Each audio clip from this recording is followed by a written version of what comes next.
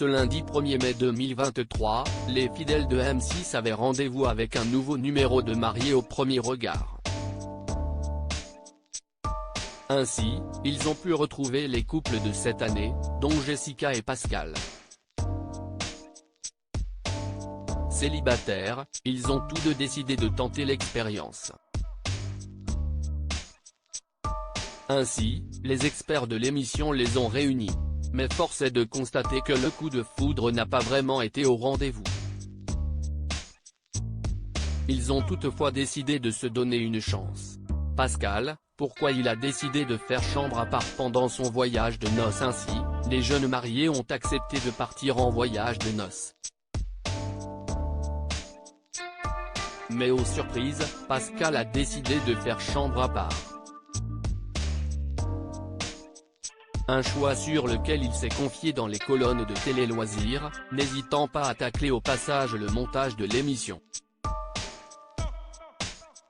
En effet, le candidat de Mariés au premier regard a confié « Ça, je pense qu'on ne va pas le montrer parce que depuis le début, on s'en fout un peu de mon avis.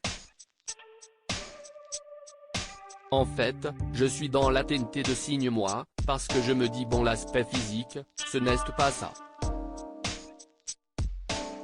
J'aurais aimé qu'on épargne un peu plus Jessica. Pascal ne s'en cache pas, il avait demandé une femme de moins de 40 ans.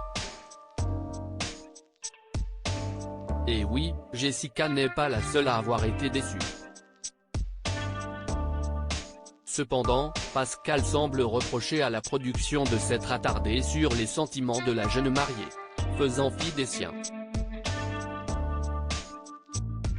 J'aurais aimé qu'on épargne un peu plus Jessica et qu'on parle un peu plus de mes goûts à moi, lâche-t-il. Et oui, Jessica s'attendait à un homme plus jeune. Ce qui lui a valu de nombreuses critiques sur la toile. Les internautes ne se sont pas montrés très tendres avec elle.